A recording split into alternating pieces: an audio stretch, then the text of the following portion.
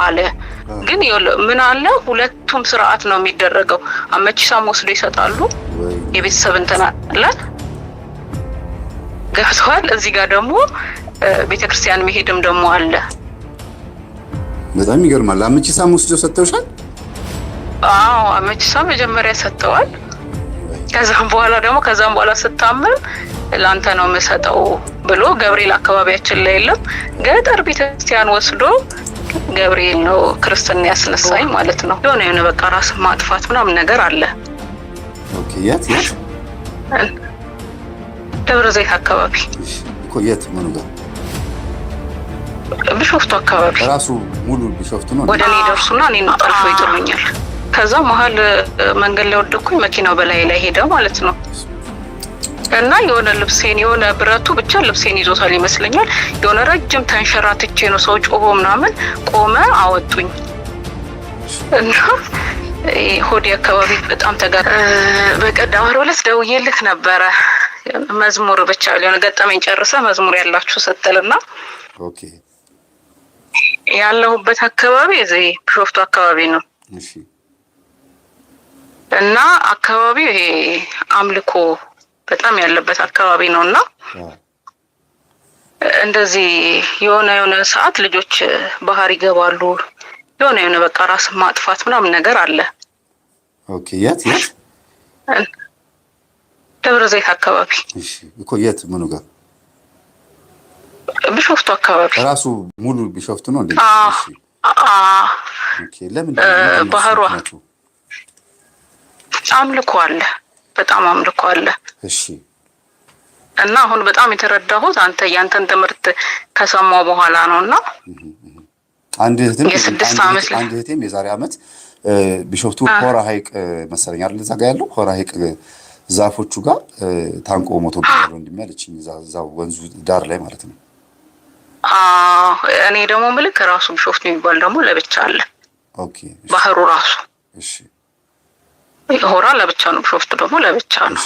እሺ እና ብዙ ጊዜ መጥተው የቡና የሚያፈሉበት እርድ የሚያርዱበት አምልኮ የሚደረግበት አካባቢ ማለት ነው። እሺ እኛ ከሱ በስተጀርባ ነን እና በአመት የሆነ ግንቦት ላይ ምናምን የሆነ ስርዓት አላቸው።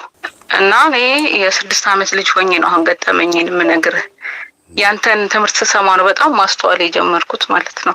እና የሆነ ሰፈር ውስጥ ሰርግ አለና ማዘር ቤት ወልዳ ተኝታለች። ፋዘር ስራ ነው እና ወጥተው ሲጨፍሩ እኔ ወጥቼ ያንን ለማየት መሀል ፒስታ ነው መንገዱ፣ መሀል ፒስታ ላይ ሰዎቹ ነው ያለውኝ።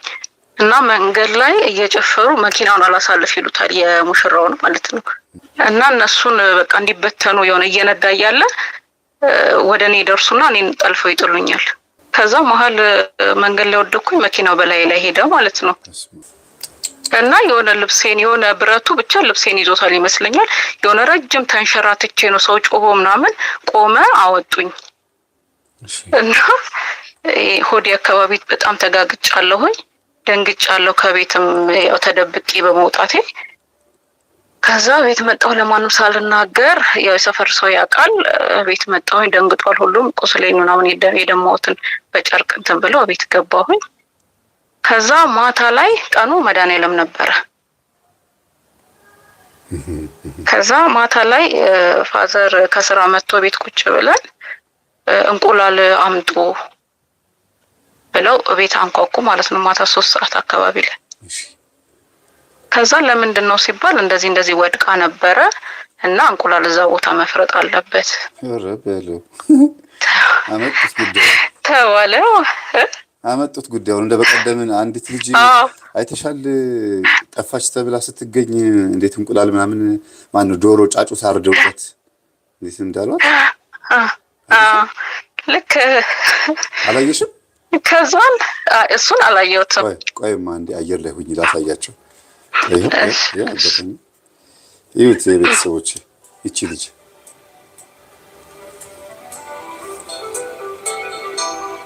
ኮፒራይት እንዳይጠይቀኝ ድምፁን ላጥፋው። ይቺ ልጅ ጠፍታ ነበረ ተገኘች ተባለና ከዛ ምን አደረጉ ቤተሰቦቼ ጫጩት አንገት ታረዱባት። አናቷ ላይ ጫጩት ታረደ። ከዛ ቅቤ ነገር የሆነ ቅልጥልጥ ያለ ነገር ስማም ይዘገናል ቀቧት። ከዛ በባህል ነው በአገራቸው ባህል ነው ወደ ቤት አስገቧትና ምን ያህል ማናቃቸው በጣም ብዙ ነገሮች እንዳሉ ነው የተረዳሁት። ብዙ ሰው ተገርሟል በዚህ ነገር። ጥይት ተተኩሷል ምናምን ተደረገና ግን እዚህ ውስጥ ደግሞ የቤተክርስቲያን ስዕል መስቀልም ምንም አለ እና ኦርቶዶክሳዊ ስርዓት ነው እንዳንል አይደለም። እና በይፋ በቲክቶክ ተቀርጾ ነው የተለቀቀው እንደምታዩት። ይሄ በጣም የሚገርም ነገር ነው። እና ኦርቶዶክስ ነን ክርስቲያን ነን ብለው የሚያስቡ ሰዎች መካከል እንዲያ ነገር መገኘቱ ራሱ እሺ። ቀጥዬ ነው አሁን እና ያን እንቁላል ወስደው እዛ ቦታ እንትን ይላሉ። ጎረቤት የሆነ ሰው ነው መጥቶ የሚጠይቀው ማለት ነው።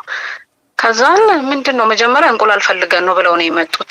ሰው ወድቆብን ምናምን ሲሉ እንቁላል ያው እኛ ቤት ስለነበር ሰጧቸው። በኋላ ላይ ፋዘር ይወጣና ያንተው ልጅ ነች እኮ ሲሉት ሮጦ መጥቶ በቃ እያለቀሰ መድኃኒዓለም ነው ዛሬ እጄን ያተረፈልኝ ምናምን ብሎ ሰውነቴን ሲገልጠው በጣም ተግጫለሁ ሆዴ ላይ ማለት ነው። ከዛ በቃ ከዛሬ በኋላ ጥቅምት 27 ደጅህ መታ ጧፍ ታበራለች ብሎ ስለተሳለ ማለት ነው። ቀኑ መድኃኒዓለም ነበር። እንደዚህ አይነት ነገር ነው። እንቁላል የሚፍረጥ ተባለ። እንደገናም ደግሞ ስለት ይኸውልህ እንቁላል ይፍረጥ ያሉት የሰፈር ሰዎች ናቸው። እሱ አያውቅም ነበረ እኮ ገብቷል። እሱም ያውቀው ነገር የለም። ግን እንቁላላሉ ወሰዱ። በኋላ ላይ ተመልሰው መጥተው ያንተው ልጅ ነች እኮ ብለው ሲሉት እሱ አለቀሰ በጣም እና በቃ ዛሬ መድኃኒዓለም ነው ቀኑ እሱን ያተረፈልኝና በቃ በህይወት ዘመኗ ሁላ መታጧፍ ታበራላለች ደጅክ ብሎ ያው ከዛን ጊዜ በኋላ ጥቅምት 27 እንትን እላለሁኝ ማለት ነው፣ አከብራለሁኝ ማለት ነው። ጥቅምት 27 እና ጥቅምት 27 ነው ቀኑ። እሺ። እና እኔ በጣም አምልኮ አለና አሁን ያንተን ትምህርት ስሰማ የተወለድኩት በስላሴ ነው እኔ። እሺ። እና ከኔ በፊት ልጅ ሞቶባቸዋል ቤት እና አንቺም ህፃን ልጅ ልትሞቺ ስትይ በጣም ታመሽ እኔ ለገብርኤል ሰጥቻለሁ ብሎ አለ። ግን ምን አለ ሁለቱም ስርዓት ነው የሚደረገው። አመቺሳም ወስዶ ይሰጣሉ የቤተሰብ እንትን አለ ገብቷል። እዚህ ጋር ደግሞ ቤተክርስቲያን መሄድም ደግሞ አለ። በጣም ይገርማል። አመቺሳም ወስዶ ሰጥተውሻል? አመቺሳ መጀመሪያ ሰጥተዋል። ከዛም በኋላ ስታመም ላንተ ነው የምሰጠው ብሎ ገብርኤል አካባቢያችን ላይ የለም ገጠር ቤተክርስቲያን ወስዶ ገብርኤል ነው ክርስትና ያስነሳኝ ማለት ነው። ይገርማል። አንቺ ግን አሁን በአመቺሳ የተሰጡ ልጆች እኮ እድላቸው ሁሉ ነገራቸው ውሳኔያቸው ሁሉ ነገራቸው በመንፈስ ቁጥጥር ውስጥ ነው ያለው። ህይወትሽ እንዴት ነው ታዲያ? በጣም ነው የሚገርመው መምህር። አሁን ነው የተገለጠልኝ አንተ ማዳመጥ ከጀመርኩ በኋላ ጀምሮ ማለት ነው። እና ግን እኔ ምን አለ መሰለ አካባቢ ላይ ቤተክርስቲያን መሄድ ሰው በጣም ጥቂት ነው እና ከልጅነት ጀምሮ ግን ቤተክርስቲያን መሄድ በጣም እፈልግ ነበር። ልጅ ሆኜ መጀመሪያ እዛ ይወስዱኝ ነበር እና የሆነ በጠርሙስ ሁላ እንደ እነሱ ጸበል ብለው ጸበል አይደለም መቼም ያው መንፈሱ እንትን ያለበትን ባረቄ ጠርሙስ ውሃ ተሞልቶ የሆነ ነገር እያሉ ሰውየው ይወጣል።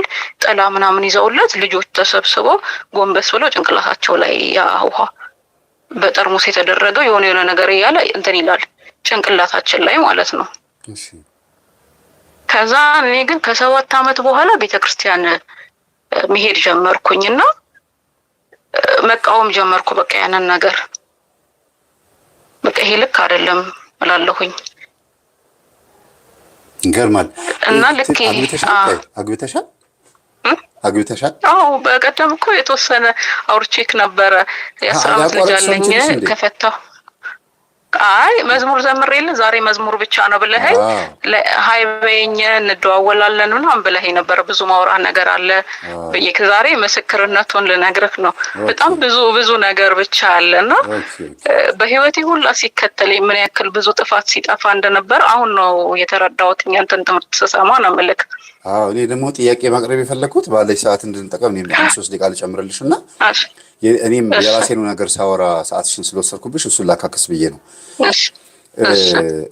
አመቺሳ ማለት ምንድነው ለምትሉ ሰዎች እዚህ እየጠየቃችሁን ያላችሁት የማስታቀፍ ስርዓት ነው። በኦሮሚያ ክልል በዋቂሶና ይመስለኛል እምነት ወይም በሌላም ሊሆን ይችላል። ህፃን ልጅ እንደተወለደ ክርስትና ከመነሳቱ በፊት ሙስሊምም ይሁን ኦርቶዶክስም ይሁን ባይሆንም ራሱ ዋቄም ይሁን ወስዶ ለገዳዎች ማስታቀፍ ማለት ነው አይደል? እንዴት ግን ለባለው ከቢ ወስዶ እኛ አይደለም ነው ሳይሆን ጸበል ቦታ ላይ የሰማነው በምንድን ነው የገባኸው ማነህ ሲባል እኔ በአመቺሳ መልክ ነው የገባሁት ይላል። ጸበል ላይ እንግዲህ የሰማነው ነው ምናገኛ የሰው እምነት ልነካ አይደለም። በአመቺሳ ነው የገባሁት ማነህ ሲባል ጠቋር ነኝ ይላል፣ አዳልሞቴ ነኝ ይላል፣ ወሰንገላ ወፋብኮ ወፈደመና ወፈጨፌ ይላል። ስሙን ይጠራል። ግን በምንድን ነው የገባሁት ሲባል በማስታቀፍ ነው የገባሁት ይላል። ወይም ደግሞ በአመቺሳ። ይህ አመቺሳ የሚባለው ነገር ደግሞ ምንድነው? በመንፈሱ እድል ውስጥ ነው የምትኖሩት። ንግድም ነግዱ ምንም አድርጎ የትም አድርጎ በአመት ሁልጊዜ ያንን በዓል ማክበር አለባችሁ። ለዛ ነገር ተገዥ መሆን አለባችሁ። አስራትን ማውጣት አለባችሁ። ገንዘብን መከፈል አለበት ምናምን በቃ ልክ እንደ ሃይማኖት ነው ማለት ነው። እና እኛ ጸበል ላይ ሲጮህ ነው የምናውቀው ይሄ መንፈስ። እኔ የማውቀው የምሰማውን ነው የምነግራችሁ። እና ሙሉ በሙሉ ሀሳብሽ በሙሉ ይወስደውና የዛ መስመር ካልተከተልሽ ያለሽን ሀብት በሙሉ የመቀማት በሚዲያ የማዋረድ በሰው ፊት የማጋለጥ ትዳር የመበተን ተስፋ የማስቆረጥ ራስን የማጥፋት ነገር ውስጥ የሚከተው ይሄ ነው። ዋናው አመቺሳ ነው የሚባለው። በጣም ከባድ መንፈስ ነው። ባይዘው ብዙ ሰዎች በዚህ መንፈስ ሞተዋል። በጣም ብዙ ቤተሰቦች በኦሮሚያ ክልል ውስጥ ያሉትም በአማራም በትግራይም ክልል ውስጥ ያሉት ለአመቺሳ የተሰጡ ሰዎች ራሳቸውን በማጥፋት ነው የሚታወቁት። ኑሮ አስጠላኝ ብለው ሰው በመግደል ነው የሚታወቁት። እንደገናም ደግሞ በቃ ህይወት አስጠልቷቸው ሲያለቅሱ ትዳር ሲበተን ምናምን ነው የምንሰማው። ምን ሲሆኑ ታዲያ እንደዚህ የሚሆነው? ለመንፈሱ ካልተመቹት ነው። ወደ ክርስትና ወደ ሃይማኖት ምናምን ወይ አልመጡ ወይ ደግሞ እዛ እምነት ውስጥም ሆነው የራሱን የሚያስፈልገው ነገር አላሟሉለት። እዚህ መሀል ላይ ሆነው ዝም ብሎ ዱርዬ ይሆናሉ። እዛም ይሆናሉ። አያውቁትም። አመቺሳ መሰጣታቸውንም አያውቁም አንዳንድ ሰዎች በቃ እና ግራ የተጋባ ህይወት የሚኖሩ ሰዎች አሉና እኔ መቼም ለመንፈሱ ተገዙለትና ታዘዙት ልል አልችልም። ያ አይፈቀድምም። በእኛ በክርስትናም ልሰብክም አልችልም እንደዛ ብዬ። ግን ኦርቶዶክስ ነኝ ብሎ ማተብ አስሮ እየኖረ አመቺሳ አንተ እኮ ተሰጥተሃል ሲባል በእኔ ለስልጣን የለውም ኃይል የለውም ይላል። እያጨሰ እየቃመ ማለት ነው። እንደፈለገ እየኖረ ሮብና አርብ ሳይጾም እየኖረ እኔ ለስልጣን የለውም ይላል። ከዛ ህይወቱ ሲንኮታኮትበት መጥቶ ወይ ቤተክርስቲያን ያለቅሳል ከገባው ያው ክርስትና ከገባው። ካልገባው ግን ቤተሰቦች ሲመክሩት ሄዶ ደግሞ እዛ ይለማመናል ማለት ነው። እና አመቺሳ የሚባለው ይሄ ነውና ብዙ እህቶቻችን በተለይ ሴት ልጅ ከሆነች በአመቺሳ የተሰጠችው ከአንድም ሁለት ሶስት ትዳር አፍርሳ የማግባት የመውለድ ነገር አለ።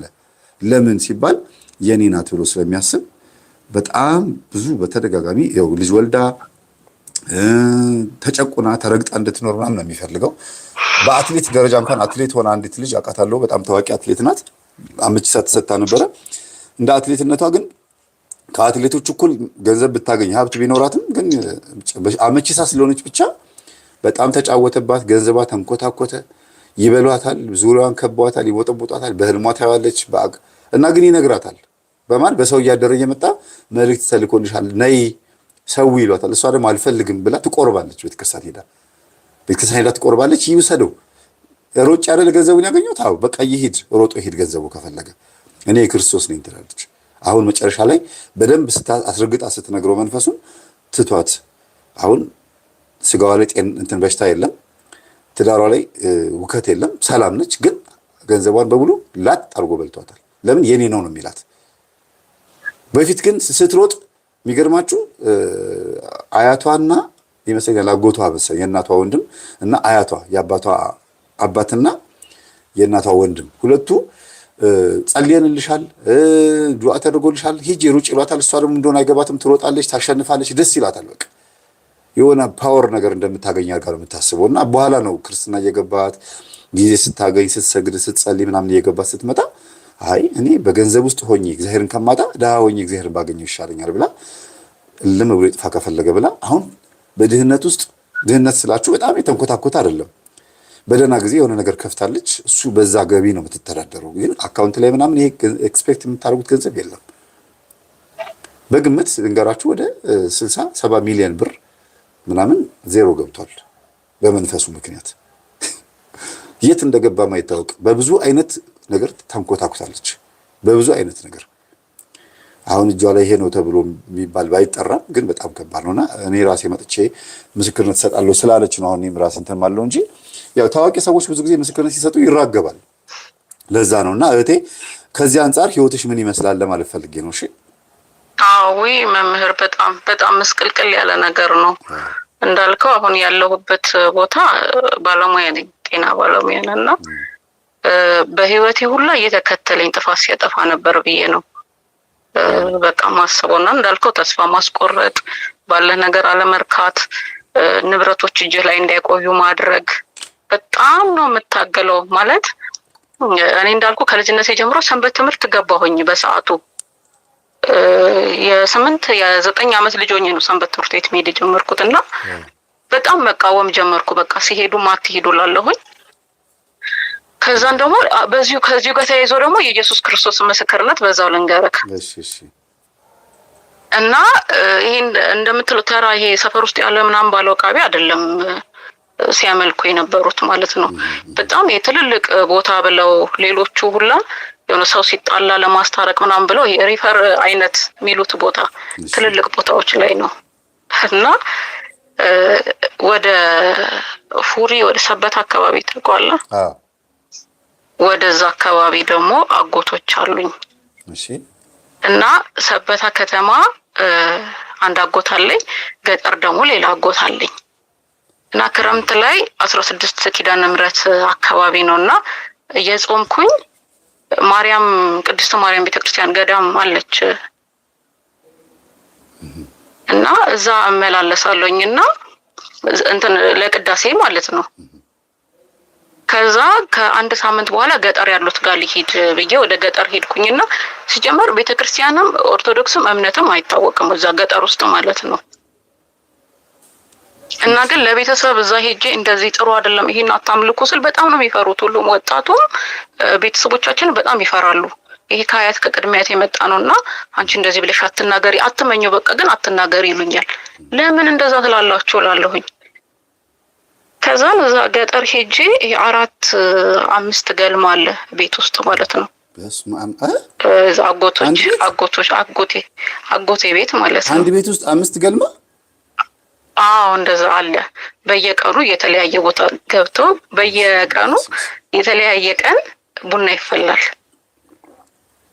እና እዛ ሄጄ ልጆቹን እንትን እላቸዋለሁ፣ ቡና አታፍሉ፣ ይሄ ጥሩ አይደለም ምናምን ብዬ መክራቸዋለሁ ማለት ነው። ሴቶቹ አይወጡም። በቃ በየቀኑ መጋገር ነው፣ ቡና ማፍላት ነው፣ ዳቦ መጋገር፣ እንጀራ መጋገር ነው። ሰው ይመጣል፣ ከቤት አይወጡም። እና ልክ ልጆች ሆነው ቤት ውስጥ ግን እንደ ባሪያ ነው የሚያገለግሉት። በቃ ይሄ ግዞት ውስጥ ያሉ ማለት ነው። እና አንቱ ብለው ነው እናታቸውን ሁላ የሚጠሩት ልጆቹ። እንደ እናት እንኳን አይቀርቡም። እና እዛ በእንደዛ ሁኔታ እንደዛ ሆኜ እዛ ቤተክርስቲያን አልሄድም፣ ግን እጾማለሁ እስከ 9 ሰዓት። እንደዛው የ13 ዓመት ልጅ ምናምን ሆኜ ነው ይሄን የምነግርህ ማለት ነው። ከዛ ወደ 1 ሳምንት ተቀምጬ ወደ ከተማ ስመለስ ብር ጠፋ። ብር እዚህ አስቀምጬ ነበረ፣ ጠፋ አለች አጎቴ ሚስት ማለት ነው። እሷ ነች ባለው ቃቢ። አጎቴ በህይወት የለም፣ ሞቷል እሱ። ከዛ መጣች እናቴ ጋር ወደዚህ ወደ ደብረ ዘይት ማለት ነው። እኔ ያለሁት እዛው ሰበታ ከተማ ላይ ነኝ ያለሁት። እዛ ማዘር ደግሞ ሲደነግጥና ምንድነው እሱ አይ ብር አንስታ መታ ነው ተባለ። ከዛ ደንግጣ ተመልሳ እዛ ሰበታ ከተማ ሲመጡ ገቡ ወደ ቤት፣ እዛ አጎቴ ቤት ገቡና ማታኛ ደግሞ ወካ እናርግ ቤተክርስቲያን ደርሰን እንምጣ ተባብለን ከአጎቴ ልጆች ጋር ልንወጣ ስልን የመጡት። ከዛ ምንድነው ስል ብር ጠፍቷል። ይሄን ብር እንደዚህ ካነሳሽ ተናገሪ። አረን ያላነሳውም አልኳቸውና የሆነ ጠንከር ሲያረጉብኝ ኑ በቃ ማርያም እንሂድ፣ እኔ ቤተክርስቲያን እምልላታለሁ ሄጄ ስል እሷ እኮ ቤተክርስቲያን አታውቅም ምናምን አሉኝ። ከዛ ልክ እንደዛ ሰጡ። በቃ እኔም በጣም ተናድጄ ልውጥ አልኩኝና ላጠበይ ይሰጣለሁኝ አለች። አጠበይ ማለት ይሄ ዋናው እነሱ የሚያመልኩበት ቦታ ማለት ነው። ስጪ ሂጂና ስጪ፣ እኔ ብርሽን አልነካውም አልኩኝ እኔ። ከዛ እዛ ከሰጠሽ ከተረገምሽ ትሞቻለሽ ምናምን አለውና አንደኛ አጎቴ ሚስት ነጠላ ፊት ለፊቷ ጭቃ ነው ክረምት ነበረ፣ ነጠላ ፊት ለፊቷ አነጠፈች ማለት ነው ተራምዳ እንዳትሄድ። ከዛ እኔ አልወሰድኩም።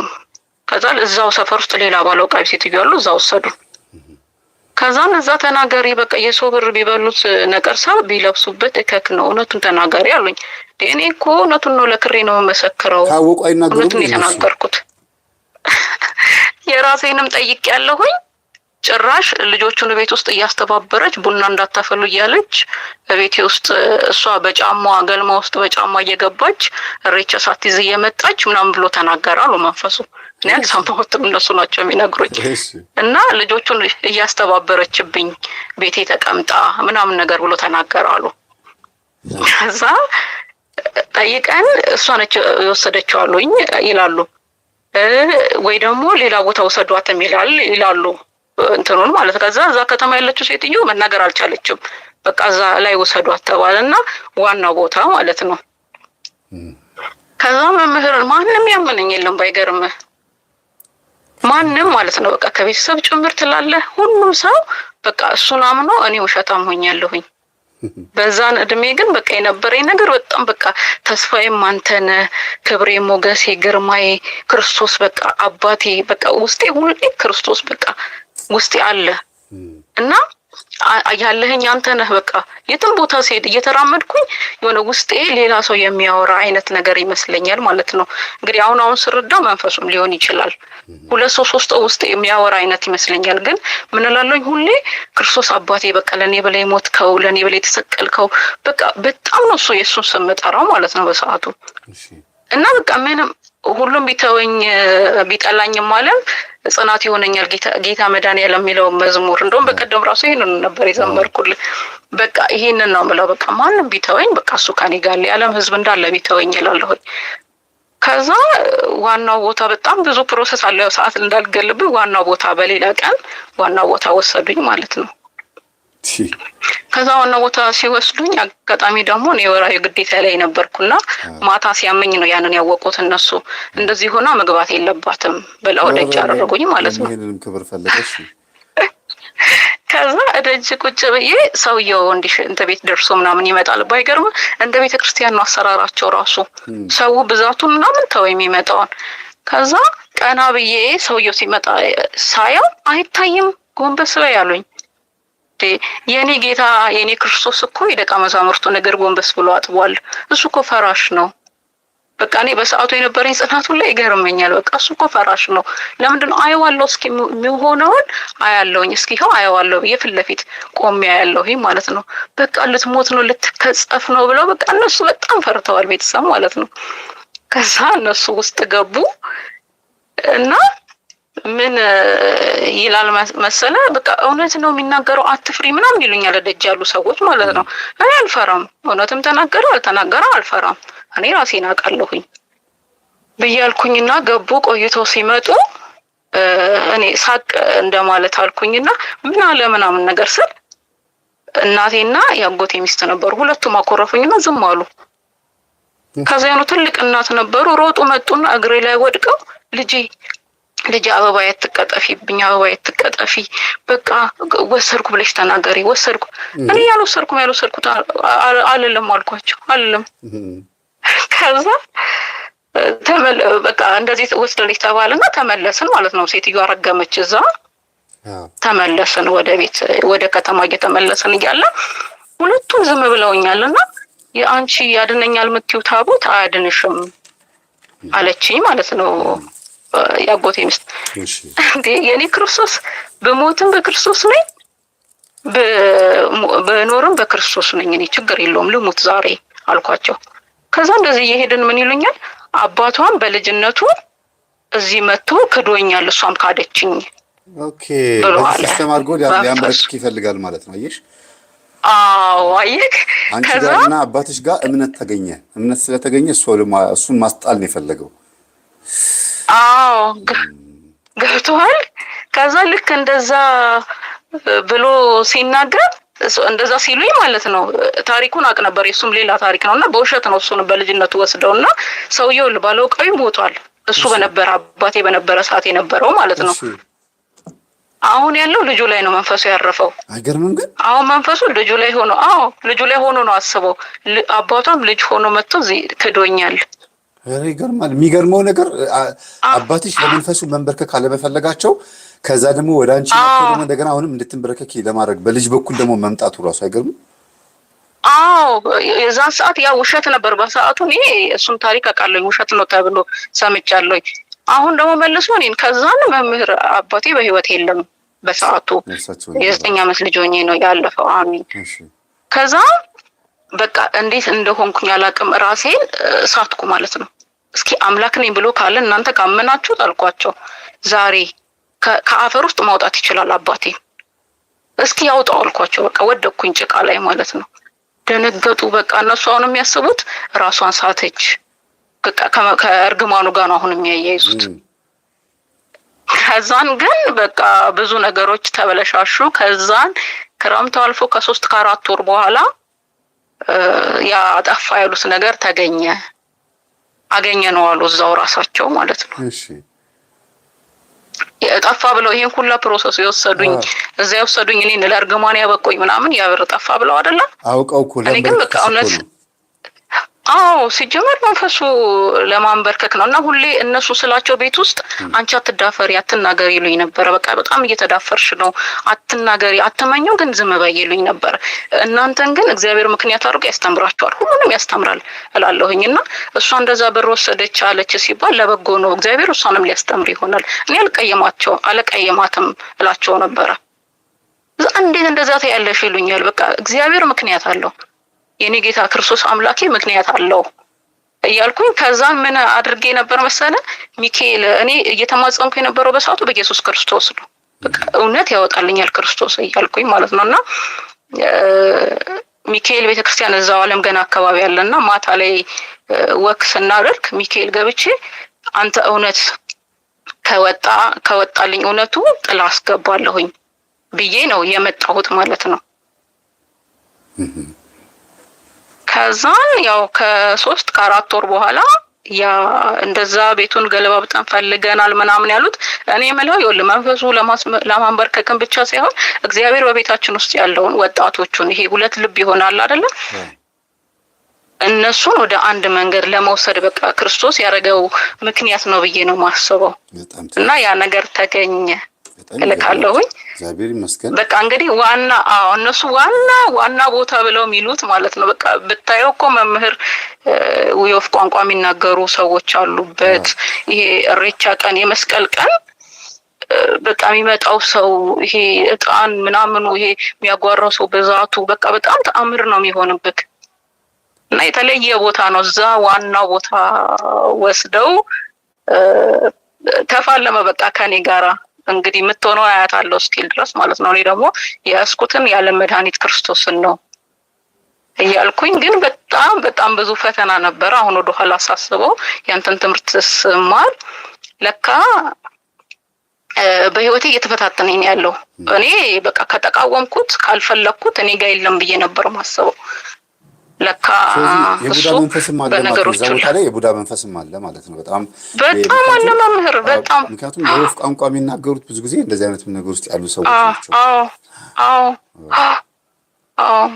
በቃ በጣም እንደውም እኮ ስልኬን ሃይ በይኝ ብለኸኝ በጣም ብዙ ማውራት በቃ በጣም ማለት ብዙ ነገር አለ። አይ ይኸው ስምሽን አመጣልኝ እኮ አሁን ስምሽን አመጣልኝ አስታወስኩሽ። በስዕሉ ለየት ያለ ስዕል ነው። እሺ በቃ ለማንኛውም ሰፊ ሰዓት የሰጠውሽ የያዝሽው ሀሳብ ደስ ስለሚል ነው። ያመቺሳ መንፈስ እዚህ ጋር አንድ እህቴ ምን ብላ ጽፋለች? አልቱድ የምትባል ዩቲዩብ ያላት ሰንበት ተማሪ ሆነው ያቋርጣሉ፣ በተለያየ ትምህርት ወይ ሃይማኖት ይቀይራሉ። እውነቷን ነው። አመቺሳ መንፈስ ያለባቸው ሰዎች የፕሮቴስታንት ሃይማኖት የመሆን ወደ ሌላ እምነት ኦርቶዶክስ ሆና ከታመመች ካልሰለመች አትድንም እንድትባል ያደርግና እንድትሰልም ያደርጋል። ከሃይማኖት እንድትወጣ ኤቲስትና ፓጋን የኢሉሚናቲ አባል እንድትሆን የማድረግ ለምን የኔ ነፍስ ናት ተሰጥታኛለች፣ ህፃን ሆና ለኔ ተሰጥታኛለች፣ አስታቅፈውኛል ብሎ ስለሚያስብ ያቺ ነፍስ እንደፈለገ ሊያሾራት ነው የሚፈልገው። የፈለገው ተወስዶ ይከታታል። እንደገና ደግሞ ራሳቸውን እንዲያጠፉ ትምህርት እንዳይገባቸው ድብ እንዲሉ ያደርጋቸዋል። እና በጣም ከባድ መንፈስ ነው። በነገራችን ለአመቺሳ በጣም ከባድ መንፈስ ነው። ይሄን መንፈስ ለመገላገል የምትፈልጉ ሰዎች ሱባኤ ገብታችሁ ጸበል ተጠምቃችሁ መንፈሱን በስግደት ተቃውማችሁት ነው የሚሆነው። በጣም ከባድ ነው። ይሄንን ማርቆስ ወንጌል ማቴዎስ 17 ላይ እና ማርቆስ 9 ላይ ያለው ይህ መንፈስ ያለ ጾም ጸሎት በስተቀር ካልሆነ በሌላ አይወጣም የተባለው አንዱ ከጥቋር ቀጥሎ ይሄ ነው።